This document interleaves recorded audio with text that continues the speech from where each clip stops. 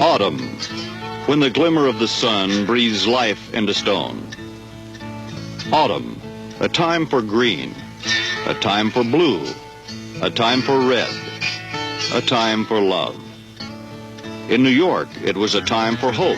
Weeb Ewbank had forecast his best team ever, but for the Jets, autumn soon became bleak. Though the signs bore them luck, the fates had charted a different course. It was sinister. It was diabolical. It was a nightmare. Their fall began before the fall. It struck first at the front four on August 8th when All-Pro Jerry Philbin dislocated his shoulder. In the third game, it hit tackle Roger Finney. Then it was Matt Snell, gone for the year with a ruptured Achilles. Gone, 220 pounds of total runner. But they were not alone. 6 All-Stars missed at least 4 games each. Snell, Philbin, Maynard, Sauer, Boozer, and then there was Joe. Yes, it was a season of adversity. A season which saw the New York Jets struggle to survive against all odds. In the beginning were the Browns. Last year, Joe Namath had led a conservative offense. He opened 1970 by again letting his runners Matt Snell and Emerson Boozer pick and shovel the defense.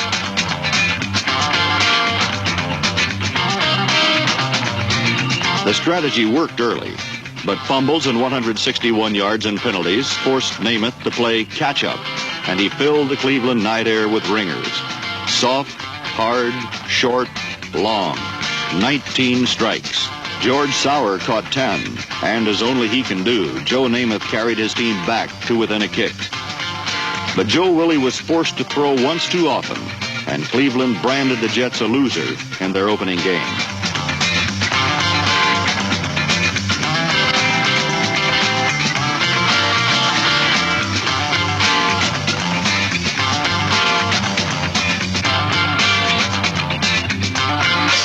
A 38-yard return, first down New York, their 39-yard line. Namath over the middle. The pass is caught by Emerson Boozer. He gets a great block from Dave Herman in the secondary before Kellerman finally comes up to make the tackle for Cleveland. We come to the end of the first quarter here in Cleveland with our score. The Browns 14, the New York Jets nothing. The Browns are leading 14-0, first play of the second quarter, and it's Emerson Boozer banging his way to the 40-yard line, perhaps just inside. And Maynard are wide, and it's Snell over the left side. Oh, great run, and some equally great blocking on the left side. Roger Finney, number 61, really helped out as he opened the hole for Mr. Snell, and he's down to the 30. That's the first down. We have a penalty flag on the field. He may have hit a little bit late. The foul occurring at the point of the ball. It's inside the 30-yard line, which will mean half the distance to the goal line or the 14.5-yard line. Personal foul. George Ellis is the field judge. First down, New York. Call it the Cleveland 14, Matt Snell. And Snell running behind Dave Herman is inside the 10 before Sumner gets him. Matt Snell. He's got the first down.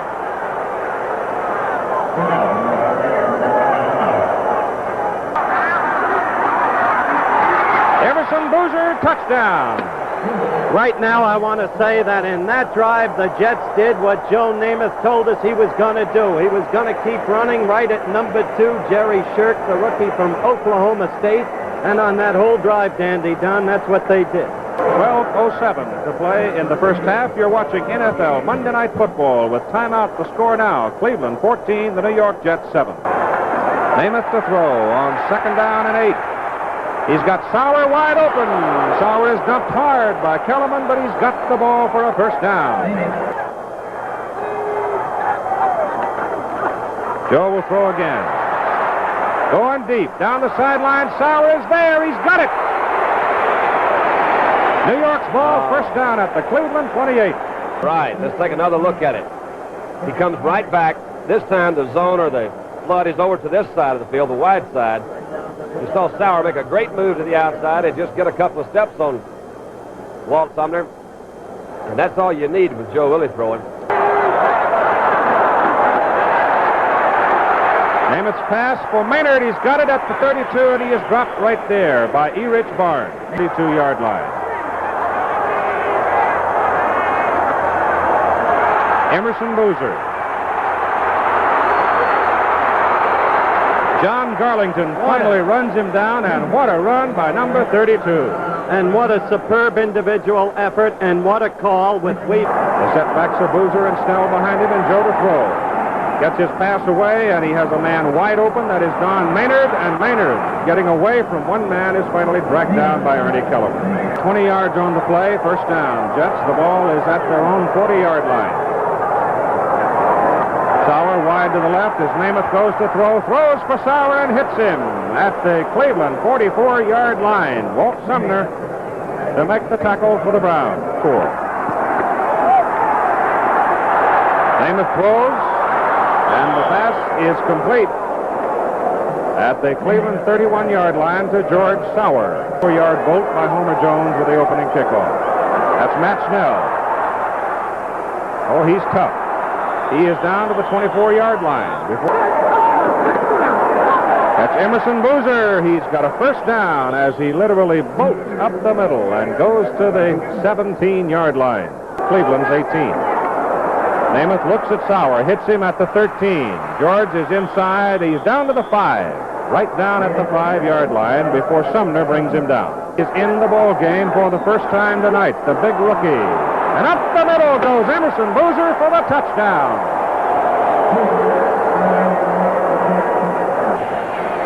You're watching NFL Monday Night Football. With timeout, the score, the Cleveland Browns 21, the New York Jets 14. Third quarter. That's Matt Snell. And Walt Sumner, number 29, who has had a fine ball game in the defensive secondary for Cleveland, making the tackle.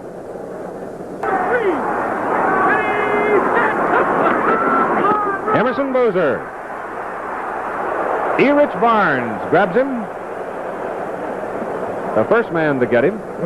And then he gets a little help from John Garlington. A 7-yard field goal by Don Cockcroft makes it 24-14. The Jets now trying to move it again. And a straight power play over the left side for the first down on 3rd and 1. The ball. Matt Snell on first down and 10. From the 46-yard line. He looks for Lammons. He throws to Boozer. Boozer is cut down by Sumner with help from Lindsay at the Cleveland 32-yard line. That's a New York first down. Richard Kester is in at wide receiver on the right side. Instead, the play goes to Matt Snell. And look at the big man Rambo down to the 32-yard line for a New York first down. That's Boozer. He's close to the first down. The Cleveland 19-yard line, and Joe Namath back to throw. He whips it, intended for Don Maynard. E. Rich Barnes all over him, and I think maybe E. Rich gets called here for interference. Opportunity from the 18, and the Jets have it as Joe Namath goes back to throw. He whips it up the middle. The pass is caught by Emerson Boozer. Bauer is wide to the left side with Castor set on the right. Namath looks at Castor. He goes for Kester, and he's got him at the Cleveland 48-yard line. Kellerman on the tackle. 4 minutes and 20 seconds to play in the game. Namath's pass is away, and it is complete to Sauer, and George is down at the Cleveland 34. Joe to throw. He's going deep into the corner for Sauer. He's got it. There you go, there you go, there you go. Never can tell what happened. Ball control and a single Namath airstrike blitzed the Patriots to even their record. In Harvard Stadium, the largest Boston crowd in 4 years saw their temporarily undefeated Patriots throw some surprises at the New York Jets. Number 35 fullback Jim Nance swept for one score, and his running mate Carl Garrett, number 30, last year's Rookie of the Year, continued his current campaign for Sophomore of the Year.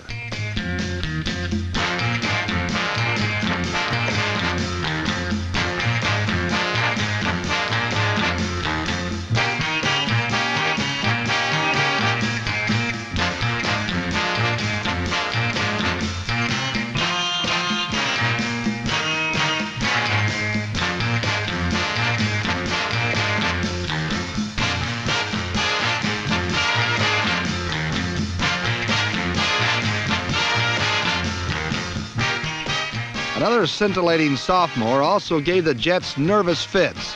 He was wide receiver Ron Sellers, number 34. Ron Sellers may be the best young receiver in pro football.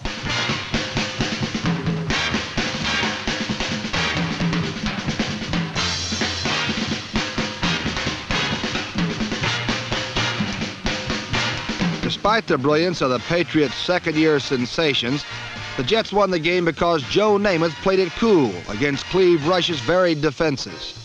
He passed sparingly, hitting tight end Pete Lammons for one short touchdown among only 9 completions. For most of the day, Namath rammed the ball at the Patriots with his matched pair of powerbacks Matt Snell and number 32 Emerson Boozer. But the Jets' game savers were 3 timely interceptions. One Boston drive was stopped by number 48 safety Gus Holloman. The ultimate game breaker was a 36-yard interception touchdown by rookie cornerback Earlie Thomas, number 45, as the Jets rebounded from their opening game loss 31-21.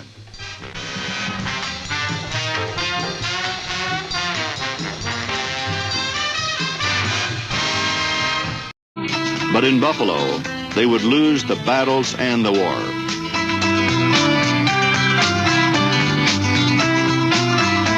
Finney and Snell, the NFL's leading rusher, were out for the season, and the Jets were grounded 34-31.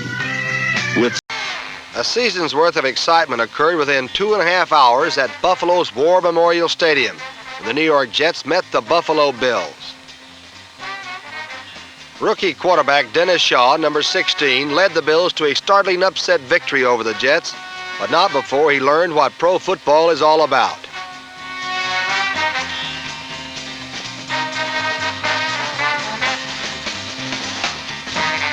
He first learned why tackle John Elliott, number 80, is considered the quickest defensive lineman in football.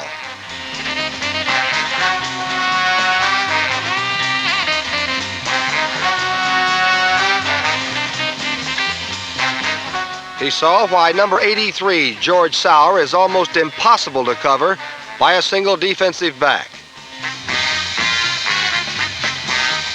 But most of all, he learned how to play catch-up football. On the Bills' first series, Steve Tannen blocked and recovered Paul McGuire's punt for a touchdown.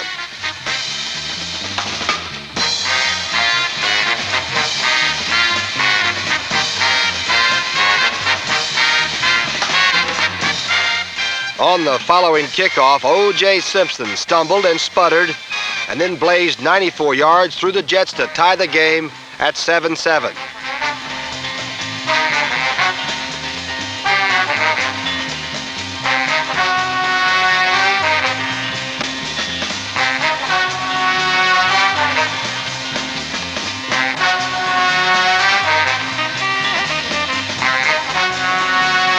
By the time Buffalo was through congratulating O.J., the Jets scored again as Joe Namath drilled Richard Castor, and the big rookie from Jackson State raced 72 yards to a 14-7 lead.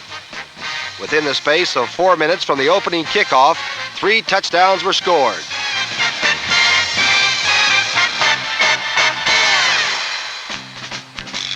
Another Namath touchdown pass, this time to George Sauer, built the Jets' advantage to a 24-10 halftime edge.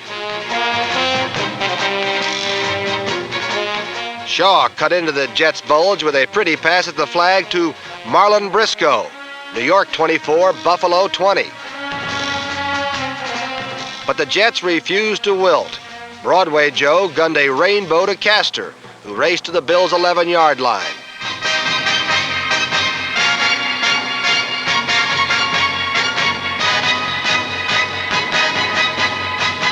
Two plays later, Emerson Boozer sliced and battered his way into the end zone, and a 31-20 Jet lead. Buffalo crept back with a short smash by Simpson that cut the margin to 4, 31-27. A perfect onside kick by Grant Guthrie was recovered by number 21 Jackie Allen. Led by their rookie quarterback Dennis Shaw, The Bills went ahead to stay as Marlon Briscoe beat Steve Tannen to the corner and to the ball. The sudden rush of victory sliced through the gloom of losses in their first two games as the Buffalo Bills and downtown Dennis beat Broadway Joe and the boys from the big city, 34-31. Offensive regular sidelined. Timing was at a premium. Their homecoming, no party. The Dolphins beat the Jets for the first time ever. Joe Namath was there too, and so were a few of his old favorites, like number 87, tight end Pete Lammons, who battled for every possible yard.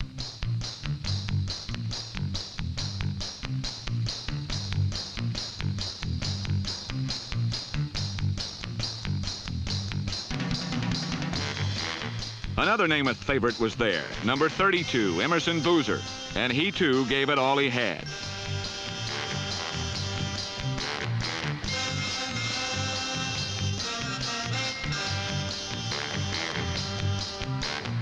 But conference leading rusher Matt Snell was gone. In his place was number 34, inexperienced Lee White. No Matt Snell, at least not yet. And there were others missing, Jerry Philbin, Roger Finney, and in Don Maynard's place, several rookie receivers whose inexperience had to make a difference to Namath, who threw 40 times, mostly short ones, but connected only 17 times. And the Jets never did cross Miami's goal line. For number 26.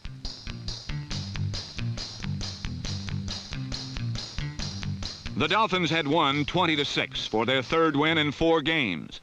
The Jets had lost their third in 4 games, and for the Jets, the roughest part of their schedule is yet to come. Then Weeb Eubank watched Joe Namath stir the dust at Shea against his former team, the Colts. 34 for 62, both club records. 12 for number 7, Ed Bell, tying a club record. From 17 down they came. Boozer for 6, the Jets within 7.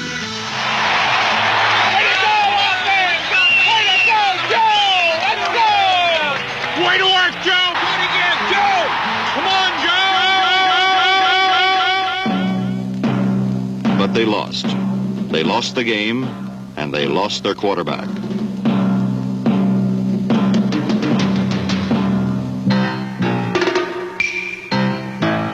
His wrist shattered. Sir Galahad in cleats was gone.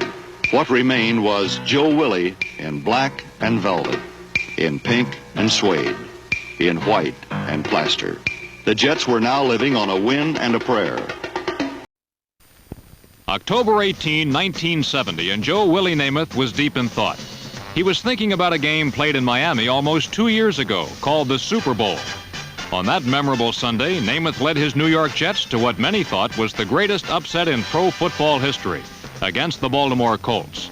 He did it by establishing a strong ground game mixed with short, accurate passes against the Colts' zone defense. With more than a little help from his friends, the Jets' defense, Namath, Coach Weeb Eubank, the team, the city, all of pro footballdom enjoyed one of the premier moments in sports. And the Jets secured a place in the history book forever.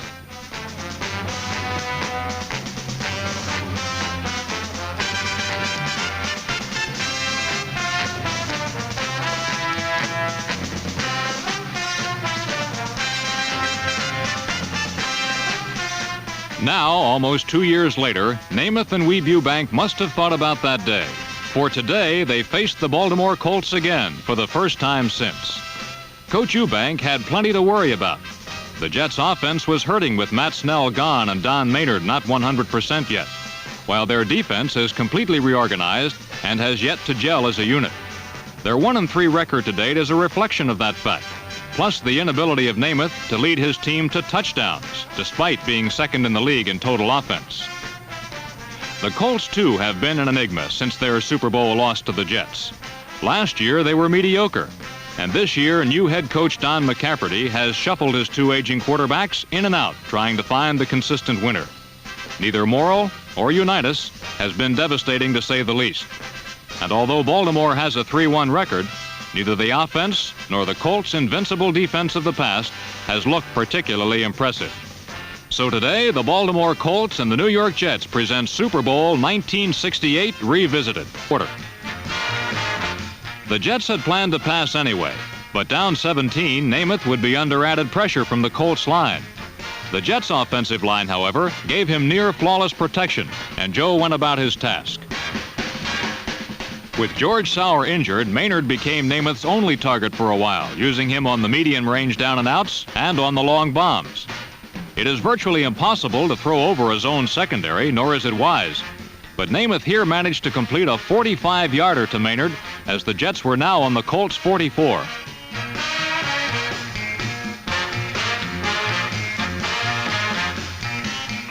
But the Colts dug in.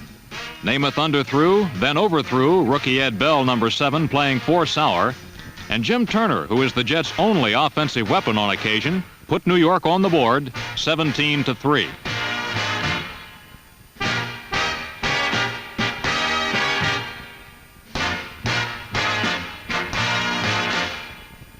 The rest of the quarter went scoreless, but Slosh, he gave the ball up to the Jets as W.K. Hicks intercepted his attempted throw to Mitchell.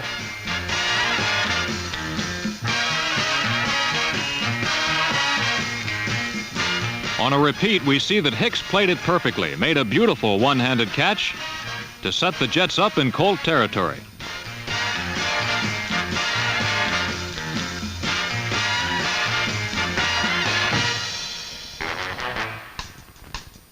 Namath continued to disdain running the ball. He felt he could riddle the Colts zone, and yardage-wise, he was.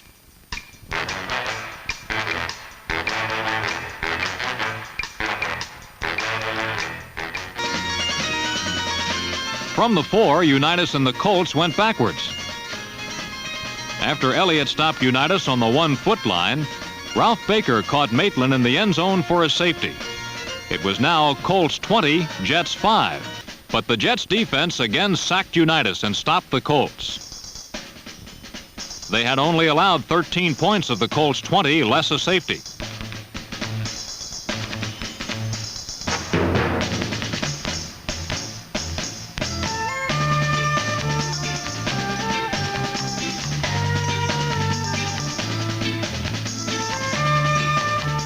On a repeat of the last play, we see how the Namath to Bell completion looked to members of the band, as Bell himself joined the group for a moment.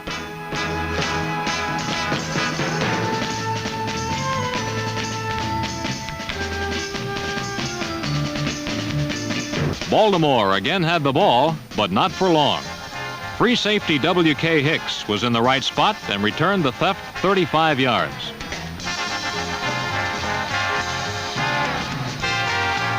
On the next play from the 17, Namath finally hit one of his own men. Eddie Bell went in for a touchdown.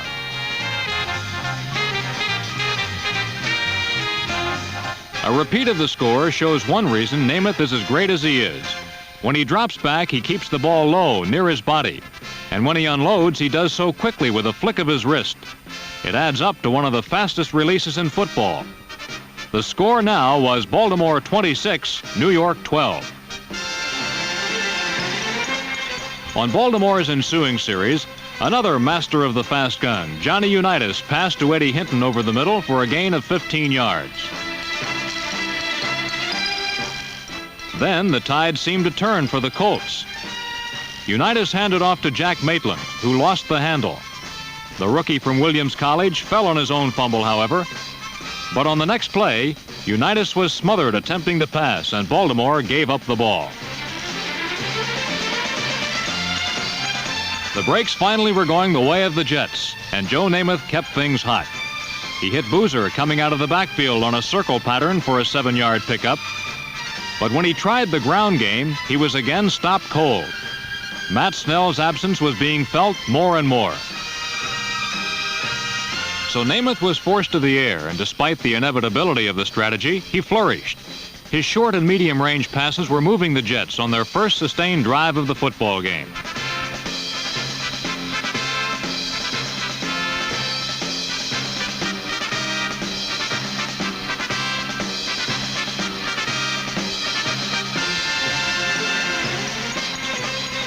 Don Maynard was the key man in this drive. Maynard had been hampered all season by a nagging leg injury, and this was his first big day. He finished with 9 receptions. After the Namath-Maynard tandem had brought the Jets to the Baltimore goal, Emerson Boozer dove over the middle for the score that brought New York to within one touchdown of their opponents.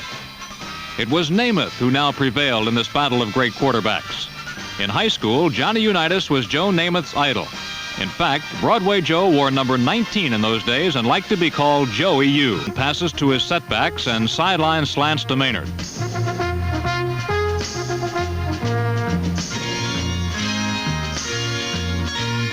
Namath was making the air attack go despite the fact he had no ground threat.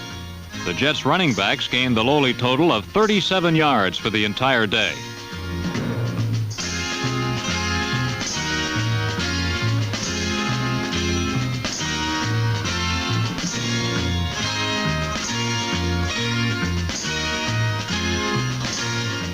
The defensive pressure on the Jets' passing game was terrific. Namath tried to go to Maynard long, and the ubiquitous Jerry Logan made the save. A repeat of this key play shows how it looked to Maynard as he got by cornerback Duncan, number 35, and streaked down the right sideline, only to have his journey end in frustration. Reliable Jim Turner kicked a 42-yard field goal, and New York was back to within a touchdown, 29-22. Now they needed the football. Turner faked a kickoff, and number 43, John Dockery, tried an onside that failed. By the time New York got the ball again, there was just under 2 minutes remaining. Namath, throwing sideline passes right and left, moved the Jets upfield quickly. He approached 3 NFL records today. He threw 62 passes, 6 less than the record. He completed 34, 3 less than the record.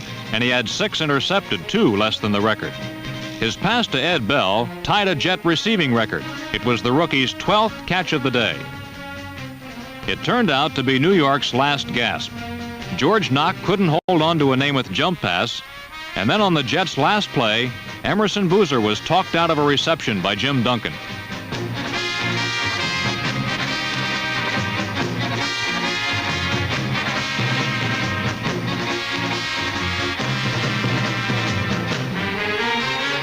The Jets' hopes of victory lay in the dust of Shea Stadium.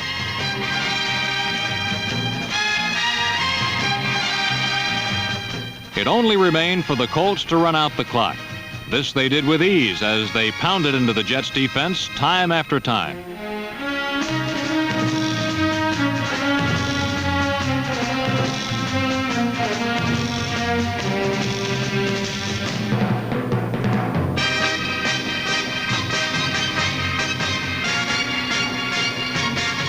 Baltimore had gotten their revenge and now stood atop the American Conference's Eastern Division, tied with Miami for first place. Each team has a 4-1 record. The Jets dropped 3 games behind the Colts. They've won only 1 of 5 games, and their hopes for qualifying for the playoffs are virtually buried.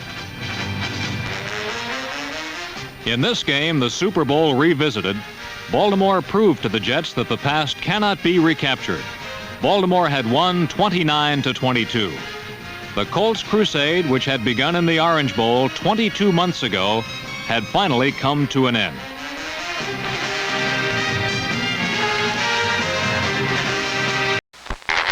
At Shea Stadium, the Bills faced the Jets minus Joe Namath, who was missing for the first time in 78 regular season games.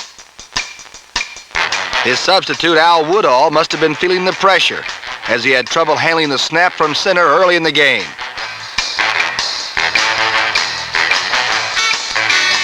When the snap wasn't mishandled, Woodall was manhandled, this time by number 82, Al Cowlings. Even his receivers seemed to be fighting him, as when he did complete a pass, Pete Lammons fumbled it when hit by Paul Guidry, number 59.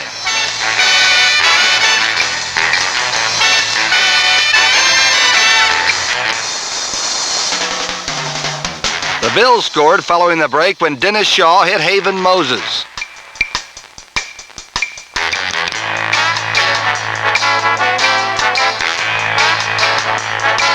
But the touchdown was nullified by offensive interference, and Buffalo settled for a Grant Guthrie field goal and a 3-0 halftime lead.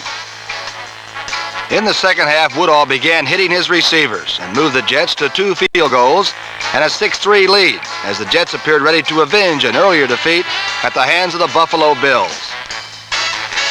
Then came the big play of the game as Shaw teamed with Haven Moses again, this time for a 40-yard pickup.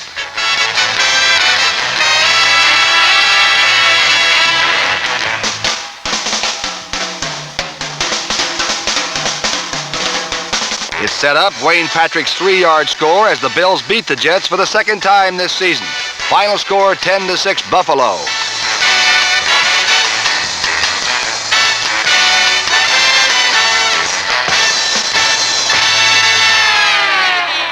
Prayer was 6 feet 5 inches, 205 pounds. He wore number 18, and they called him Al.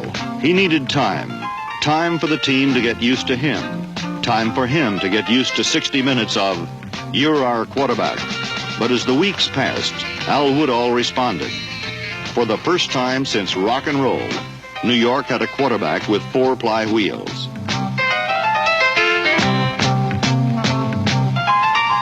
He adapted and he created. He learned when to run and when to pass.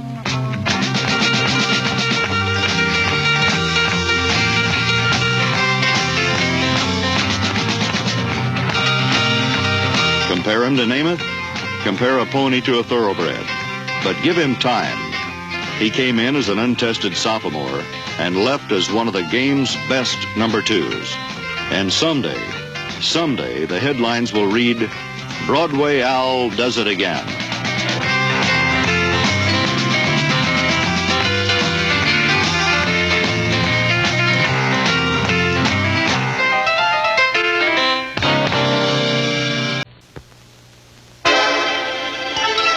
The best laid plans of mice and men. In the summer, it's the Super Bowl. But as winter approaches, it's a winning record, a series, a game. For the Jets, it was 3 weeks in November. 3 weeks against all odds. It began on November 15th in Los Angeles. Led by George Allen and Roman Gabriel, the Rams were contenders and favored by 17. But it was the Jets' number 18 that would rewrite this script. By now, Woodall had learned. He had learned how to counter a fearsome foursome with traps and draws. And in the first half, he would do so, keeping Merlin Olsen and company honest for the pass. The Rams, however, were first to score early in the second quarter. Then Woodall, an extra for so long, took over the starring role. His supporting cast, too, had come to play. Maynard's catch and run, plus a referee's whistle, gave the Jets the ball on the 30.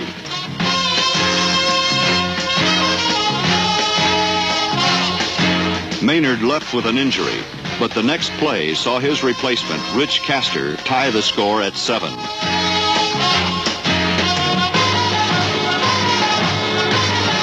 Then it was Woodall again.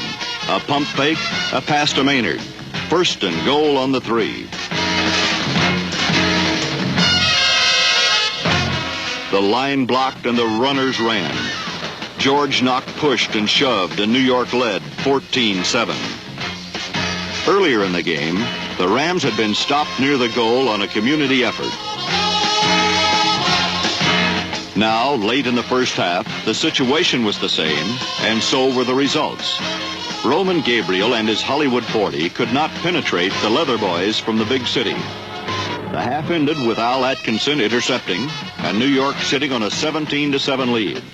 The goal line stand had been the turning point of the game.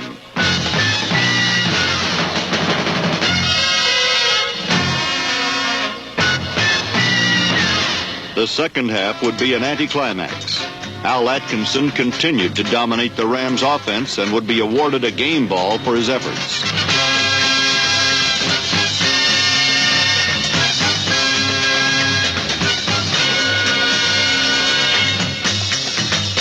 Al Woodall, meanwhile, was sharpening his teeth on the Rams' secondary. He threw for 3 scores in the game and gained 260 yards passing on just 10 completions.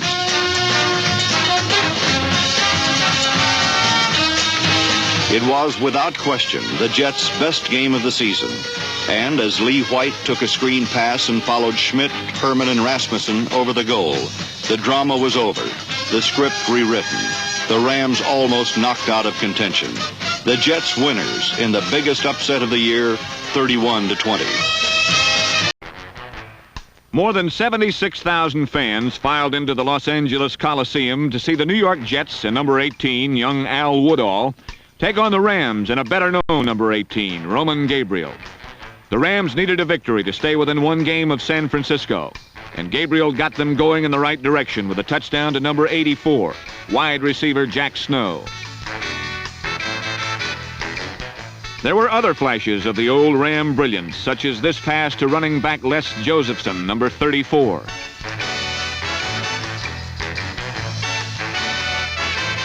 But for the most part, it was a day of frustration for the Rams. 2 potential touchdowns to number 33, Willie Ellison, were ruled out of bounds. On another occasion, Ellison fumbled at the Jets' 1-yard line. 3 times, Gabriel was intercepted, once in the end zone and twice by number 62, middle linebacker Al Atkinson. Gabriel's second touchdown pass was anticlimactic. It came with less than a minute and a half left, and the Rams trailing by 18 points. Gabriel scrambled and finally found number 20, Tommy Mason. The other number 18, Al Woodall, spent the early part of the game gathering grass stains under the powerful Ram pass rush. But he survived 4 premature burials and came back throwing. And his receivers looked like Joe Namath's receivers of 2 years ago. Number 83 looked like the George Sauer of old.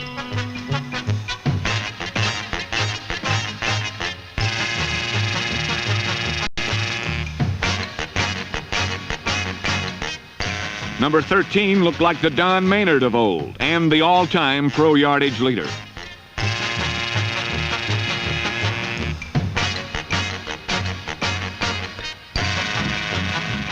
In all, Woodall's best day included 10 completions for 261 yards and 3 touchdowns, 1 on George Sauer's patented post pattern. Another came on a post pattern which freed number 88, rookie wide receiver Richard Castor.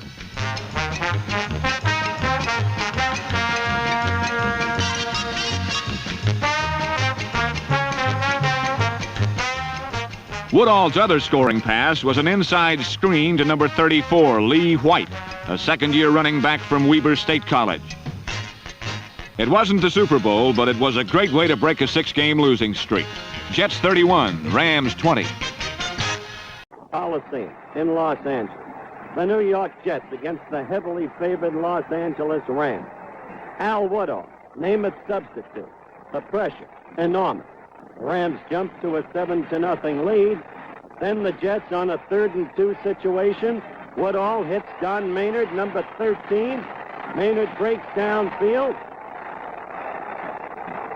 Covered before he's down, 45 yards to the Los Angeles 29-yard line. This is the very next play. And Woodall is beginning to look a little bit like Joe Namath.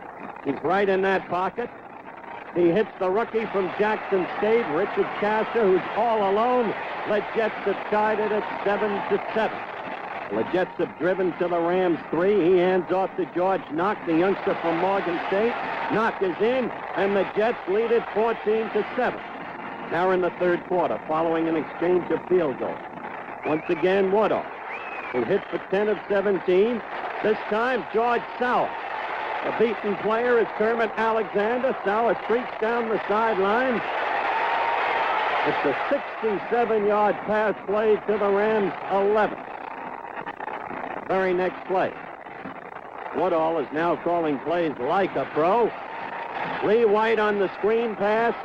The young man from Weber State storms in for the score. And incredibly, the Jets lead the Rams 24-10. 4th quarter, after another Los Angeles field goal. Al Woodall throwing to number 83, George Sauer. It's another Jets touchdown.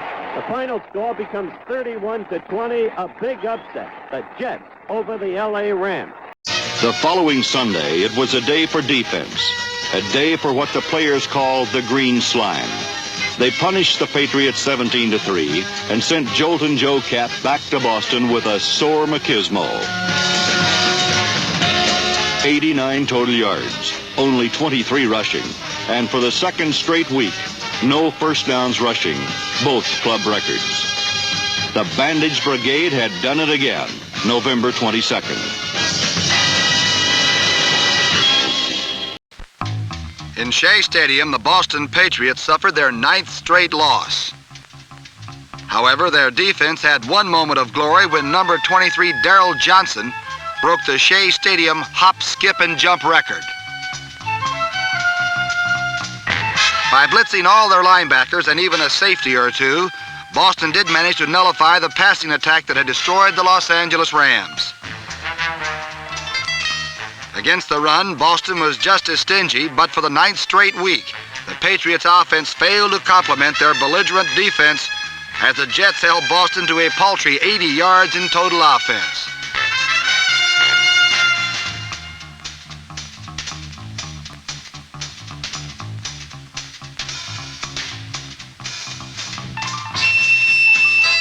Joe Kapp's jump shots fluttered harmlessly away from his receivers, and he completed just 5 passes all afternoon.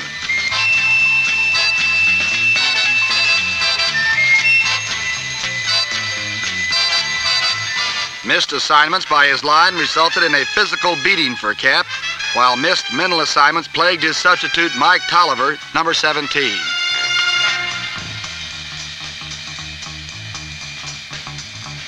The Jets' offense, though not overpowering, was lucky enough to win.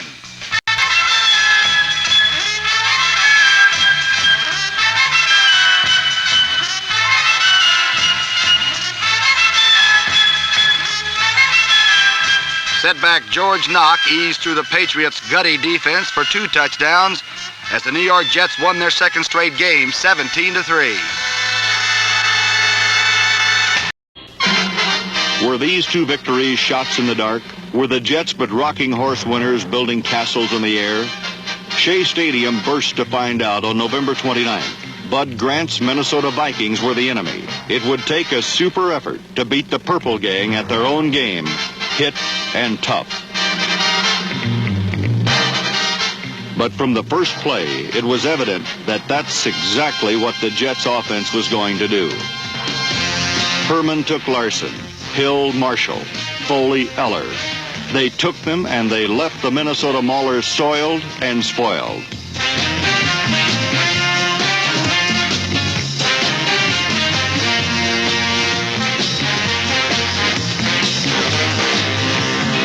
They ran right at them. They ran right through them. And George Knock ran around them for 15 yards and a touchdown. 15 of 117 he would gain. The Jets' first series had told the story of the game, and they led 7-0.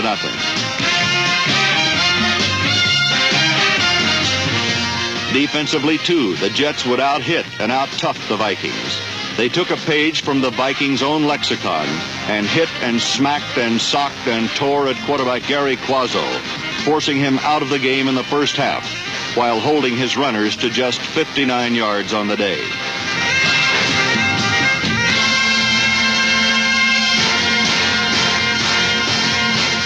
Al Woodall was calling a perfect game, letting his runners and blockers control the ball and consume the clock.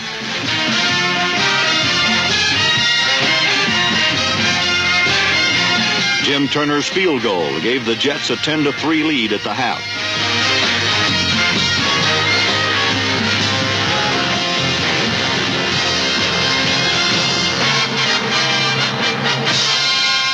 Keep the pressure on, they hollered.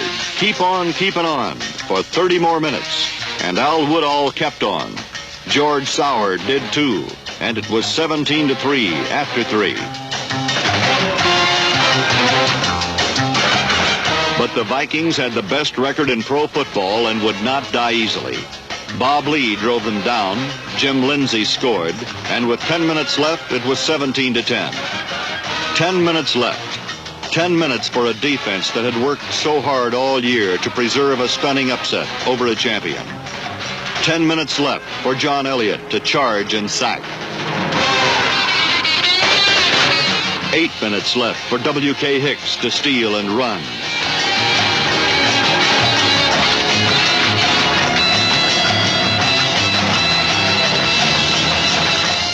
6 minutes left for Early Thomas to jump and catch, setting up another Turner field goal and a 20-10 lead.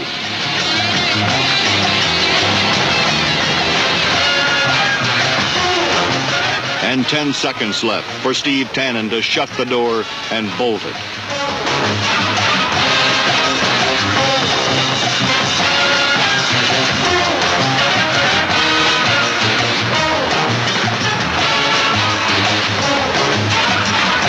You plan, you practice, and you pray. In the summer, you think of the Super Bowl. But on one Sunday in November, the sweetness of victory brightens a cloudy season and gives you hope for next year. When we last left the pro football saga of New York City, the New York Jets were in the process of losing the Battle of the Big Apple to the Giants. The Jets were, in fact, suffering through a miserable season, due not to team or individual breakdowns, but rather to breakdowns in the tarsal, Achilles, and medial collateral ligaments. Yes, injury had been the grim reaper for the Jets in 1970. Everyone knows the story of Joe Willie Pinkpants. Namath's broken finger has been page one for months. However, Namath's replacement, 6'5" Al Woodall, has just now begun to find confidence and has helped lead the Jets to victories over the Rams and Patriots in their last two games. Matt Snell, Emerson Boozer, and 7 other regulars have also been sidelined for a game or more, so Coach Weeb Ewbank knew that it would again be up to his #1 ranked defense to keep the Jets in the game. Coach Bud Grant's Minnesota Vikings also boast the #1 defense in their conference. And like Ewbank, Grant's real concern is his offense. Even though the Vikings have lost only one game, their offense has not produced as it did last year, and their defense has carried Minnesota to almost all of its 9 victories. A victory today would clinch the NFC Central Division for the Norsemen and propel them on their way to a possible Super Bowl berth. For the Jets, nothing was at stake but personal and team pride, a factor that usually makes for an exciting game no matter what the prior records of the two teams. I'm Jack Whitaker, and this is the NFL Game of the Week. The New York Jets versus the Minnesota Vikings.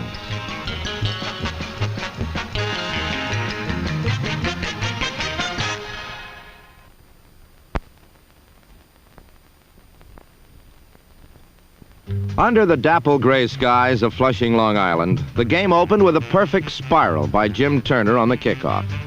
The Jets only hoped Al Woodall would do as well.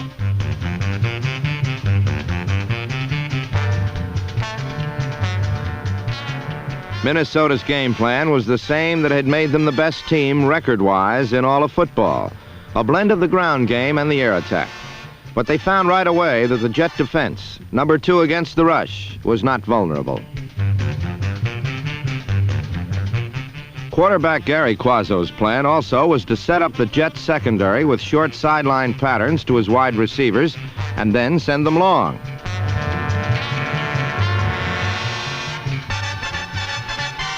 So, after a 2-yard pass to Gene Washington, number 84, he sent John Henderson long, but he bombed out, missing a chance for a sure touchdown.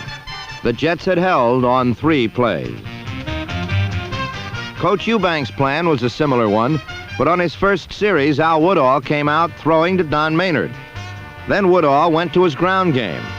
Emerson Boozer was back, and aided by a key block on number 29, safety Carl Kosulki, the Jet runners began to attack the mighty Viking line.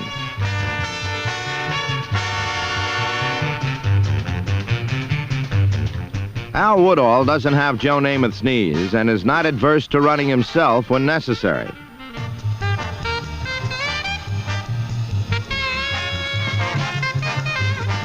Like most quarterbacks, however, Woodall would prefer to hand off or pass off to the men who are paid to run, and Boozer moved deeper into Viking territory.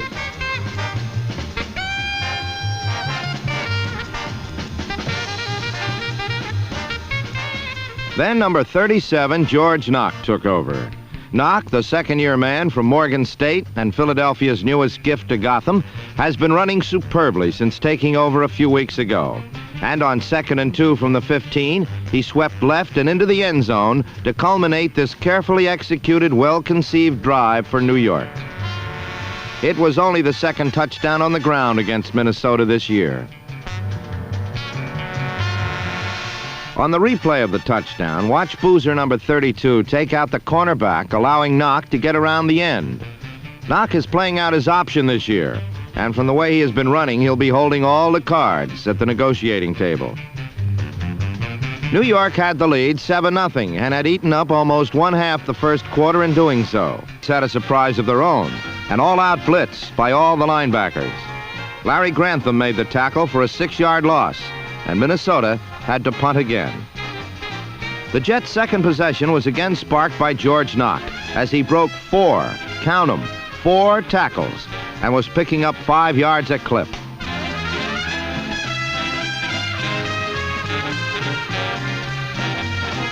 Woodall was mixing the runs with medium-range passes to his 2 great receivers, and this one to George Sauer closed out the first quarter with the Jets on the Viking 40.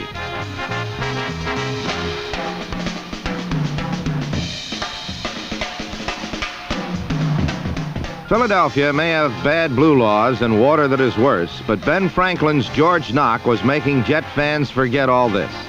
He and Emerson Boozer were nickel and diming their way downfield again as the Jets' Woolworth offense was rolling. The Jets' offense also had some surprises for the Vikings. After a major penalty set them back, Woodall dropped back, and then the pigskin did a disappearing act. The man who had it was Emerson Boozer, and this trickery was good for 25 yards before number 60, Roy Winston, bear-hugged Boozer down. On a repeat of the play, watch Woodall execute this halfback reverse perfectly, waiting till the last moment to hand off to Boozer as number 77, Gary Larson, just missed foiling the play. Boozer hot-footed his way to the Vikings' 20, but they would still need 3 yards on 3rd down. The 3 became 11 as the Purple People Eaters got to Woodall for the first time in the game.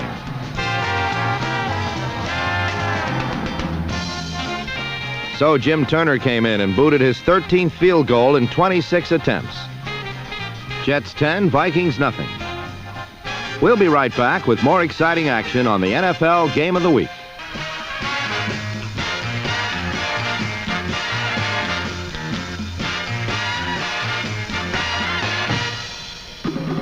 Jim Turner kicked a squibbler to Charlie West, and his 23-yard return gave Minnesota excellent field position at the Viking 48.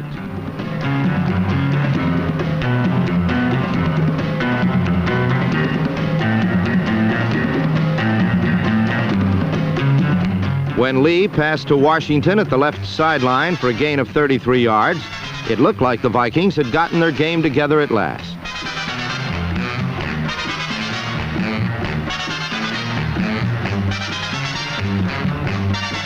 But then the New York defense rose up and turned the momentum around again. Rookie Mark Lomas stopped Osborne for a 2-yard loss on the next play. A repeat shows that Lomas made the tackle despite a cross block by number 67, Grady Alderman.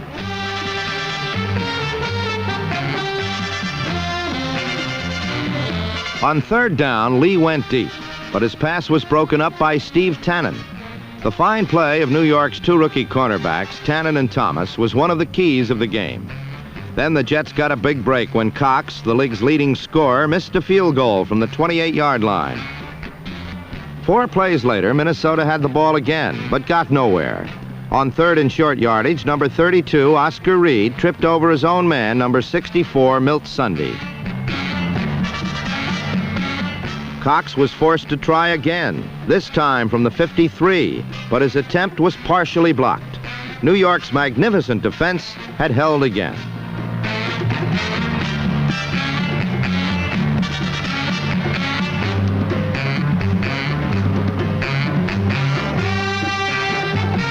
But the Viking defense was matching them now.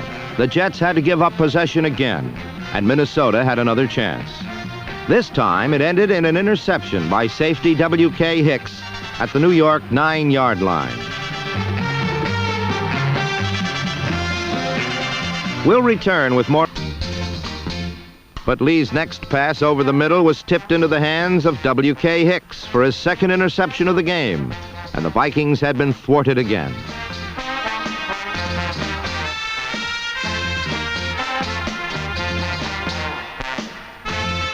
continued to meet the test. Earlie Thomas literally stole this pass from John Henderson and returned to the Vikings' 19-yard line.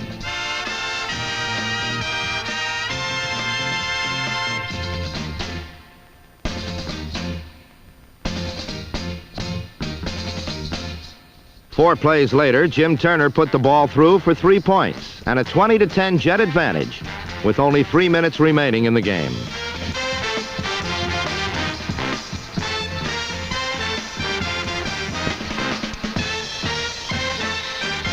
Everyone in the ballpark knew what was coming, yet Lee completed the pass to Washington for 14 yards. The Vikings were awarded an additional 15 for unnecessary roughness on safety Gus Holloman, and they were now at the Jet 33 with 2 minutes left. Throughout the game, the Minnesota strategy had been to throw deep to keep the ball away from the Jets' fine linebackers.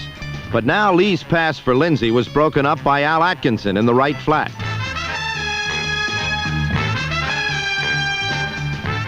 With a 4th and 5 situation, Lee's pass was just barely missed by Holloman for what was almost another Jet interception.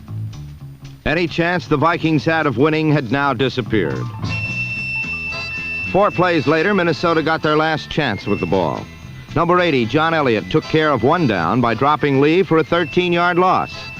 Then on the next play, with 1 minute and 1 second on the clock, Lee went for the expected bomb. The inexperienced quarterback's long pass for Gene Washington was inaccurate. Again, Minnesota had failed to burn the rookie cornerbacks.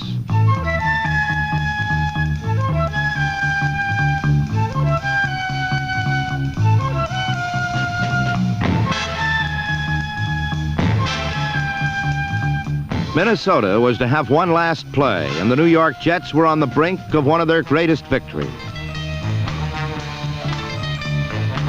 The Jets had given the Purple People Eaters an acute case of indigestion.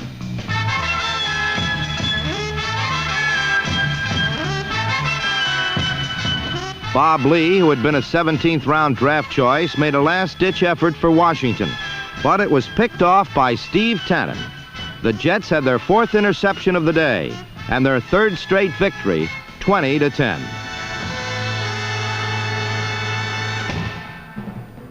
The injury-riddled underdog New Yorkers had ended Minnesota's 7-game streak and had postponed the Norsemen's Central Division title celebration. For themselves, they had their 2nd major upset in 3 weeks. They had accomplished this with a strong running game, particularly in the first half by little-known George Knock. Another fine performance by rapidly improving quarterback Al Woodall. But most of all, another superb game by an aggressive defensive unit that had become one of the finest in the game. It added up to another great victory for a team that had been down and counted out. But pride has brought the Jets back. And that's what the game of football is all about. Was Oakland. This game marked the Jets' last chance for the playoffs, and they played like there were indeed no more Sundays left. Boozer bullied the Raiders for 115 yards, his 3rd best day ever, while Woodall's passing and 2 Jim Turner field goals had eased the Jets into a 13-7 lead with 25 seconds to play. 59 minutes of hit and win. 59 minutes of giving Oakland but 1 first down rushing. Now, all of a sudden, it was 20 seconds of hit and lose. Pass interference. Critical, but not fatal.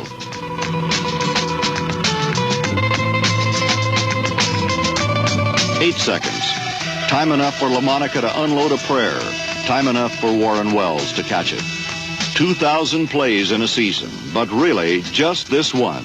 An image forever remembered.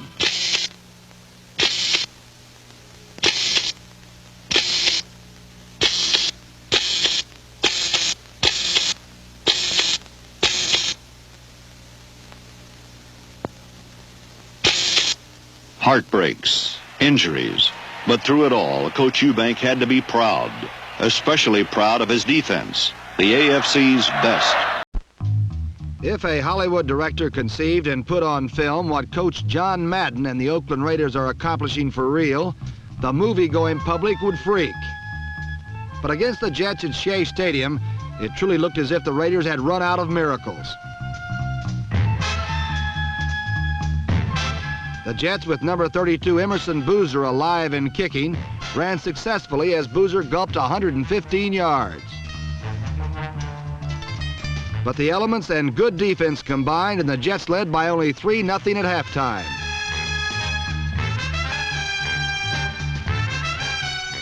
In the third quarter, New York's defense provided the spark. W.K. Hicks, number 33, intercepted a pass and slid 19 yards to the Raiders' 16.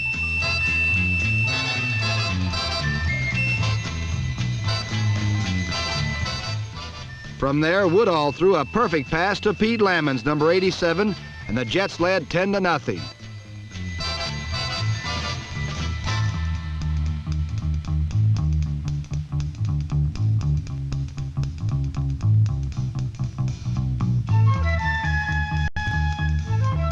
The Raiders finally scored late in the third quarter when George Blanda hit Warren Wells.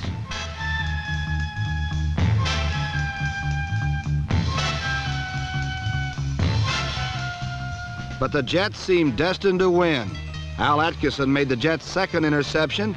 Jim Turner kicked a field goal, and the Jets had a seemingly comfortable lead, 13-7.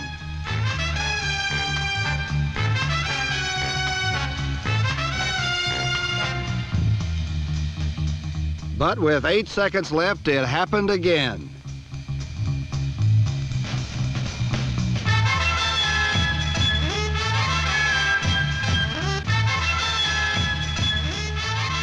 LaMonica's desperation heave found Warren Wells in the end zone, and the Jets had been just another victim in a long line of Oakland miracle finishes. The Raiders 14, the Jets 13.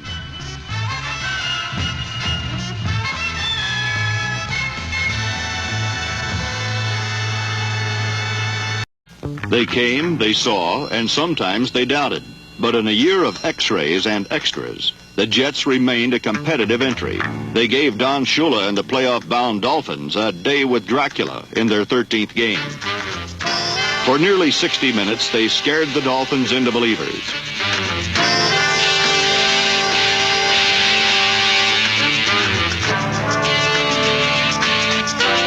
The defense solved the riddle of Bob Greasy, but the offense couldn't match them, and they lost 16-10. One of 6 games lost by a touchdown or less. But the big hurt. The New York Jets flew into Miami intent on avenging an early season defeat. But Super Bowl thoughts already had started to enter the Dolphins' minds. Number 81, Howard Twilley, another original Dolphin, provided some clutch receiving. And with a playoff berth in mind, Miami decided to polish up a few new maneuvers.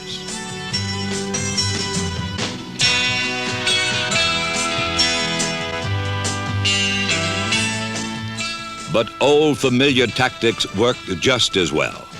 And another strong defensive effort, combined with 3 Garo Yepremian field goals, gave Miami a 16-10 victory.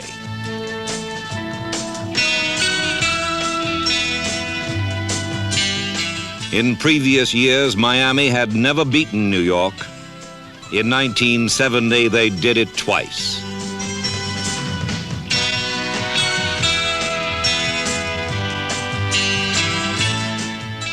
All that stood between the Dolphins and the playoffs was a battle with the troublesome Buffalo Bills. The Baltimore Colts tuned up for the playoffs by facing their old Super Bowl foes, the New York Jets. Number 18, Al Woodall, got the Jets on the board first with this bullet to rookie Richard Castor. But number 81, Jerry Philbin, dislocated this moral aerial, and linebacker Larry Grantham put the Jets in the lead late in the first half.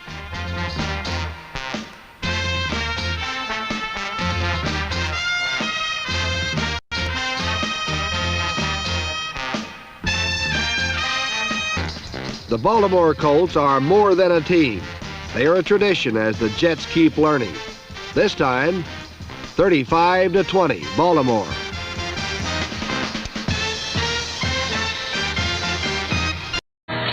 He had number 34, Lee White, the hammerjack back out of Weber State, who took Matt Snell's place in the third game.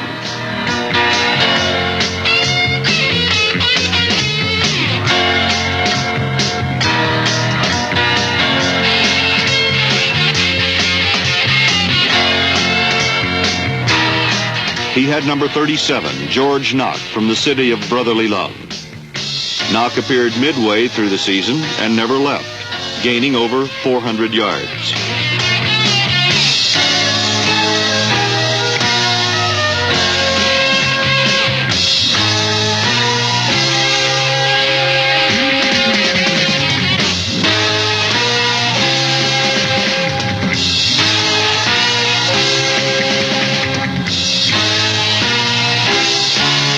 A knee-jerk runner with power, Knock claims he will caddy no more.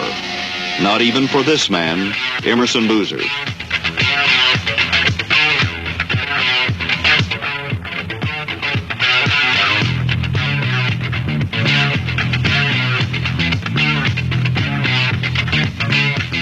Number 32 has been on the brink of superstardom for some time.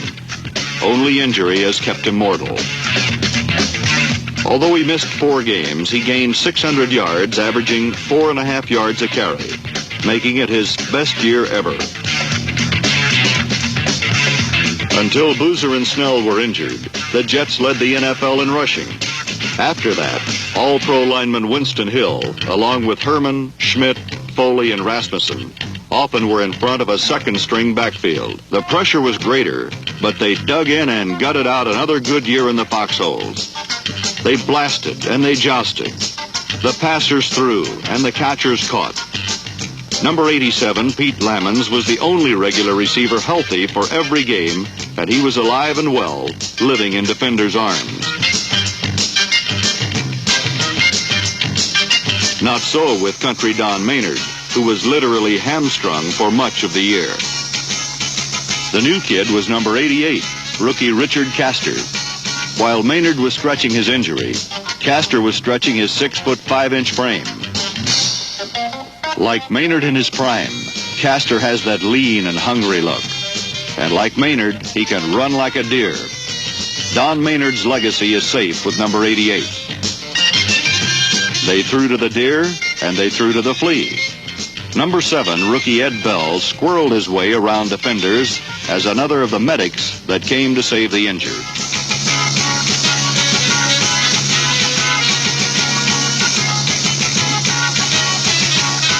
Most of the time, however, Bell took a back seat to the receiver's receiver, number 83, George Sauer. It was another year of bump and bounce for Sauer, but through it all, he hung on.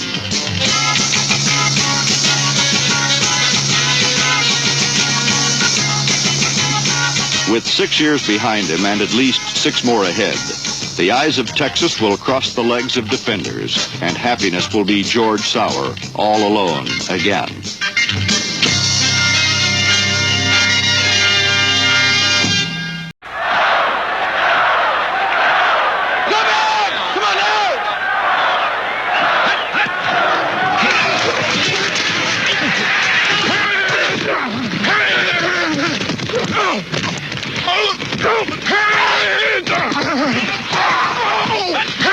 Eubank has built his fortress on a solid foundation, the front four, the concrete.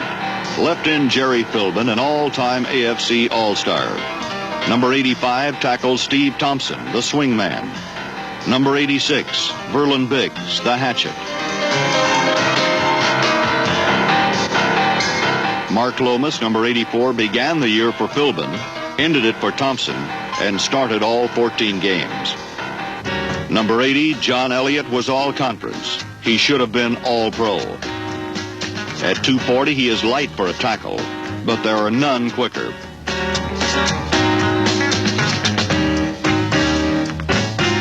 The Jets were the AFC's best defense in 1968. Elliott first started in 68.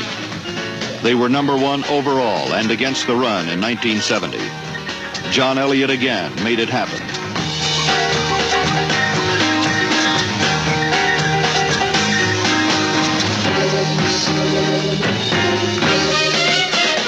The front four. 4, the necessary concrete. The 3 pillars in the middle were just as tough, just as crack-proof. The linebackers, the centaurs, half linemen, half back, each with a specialty. Larry Grantham, number 60, was the kamikaze, a blitzer supreme. Ralph Baker, number 51, was the drop-back artist, covering the runners as if he were one himself. And Al Atkinson, number 62, did it all. The hug and squeeze, the takeout and trip, the blitz and drop, the pillars, underrated by the media, praised by opponents, the best. The roof that didn't leak. They man for man, they bump and run, they wheel, they deal, they steal. They are the Sky Marshals.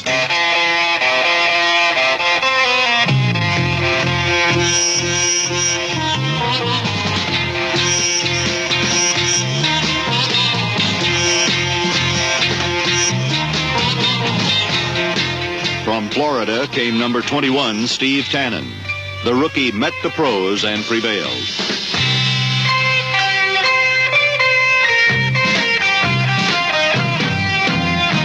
From Colorado State came Early Thomas, number 45. Early was right on time. From the Denver Broncos came number 48, Gus Holloman, the third-year strong safety. And cries of "Who's he?" soon turned to "There he is." And from Houston came W.K. Hicks. W.K., that's will catch. A free safety with receiver's hands and runner's speed.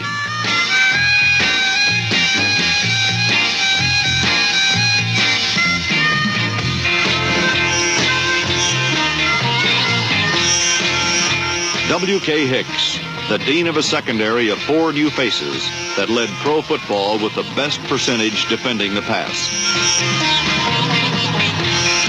Eubanks Fortress, the catalyst for victory, the foundation of a champion. Wait till next year was the cry. Wait till next year when the bandages are gone, the cast removed. When John Riggins joins the Jets from college. When Bobby Howfield comes from Denver to send his towering kickoffs out of sight. When the arms of Jerry Philbin will once again be hugging quarterbacks. When Matt Snell returns to join Knock and Boozer. The Easy Riders driving to touchdowns.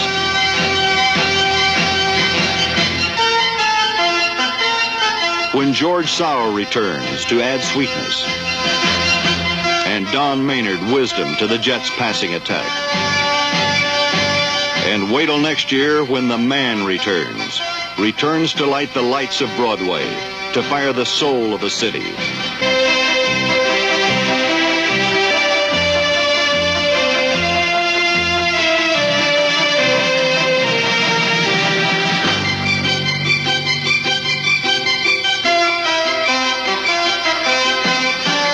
So return with us to Shea Stadium, to the glitter of green and the promise of gold. Return with us to see the New York Jets battle the fates and reach the moon. Only the sky is the limit.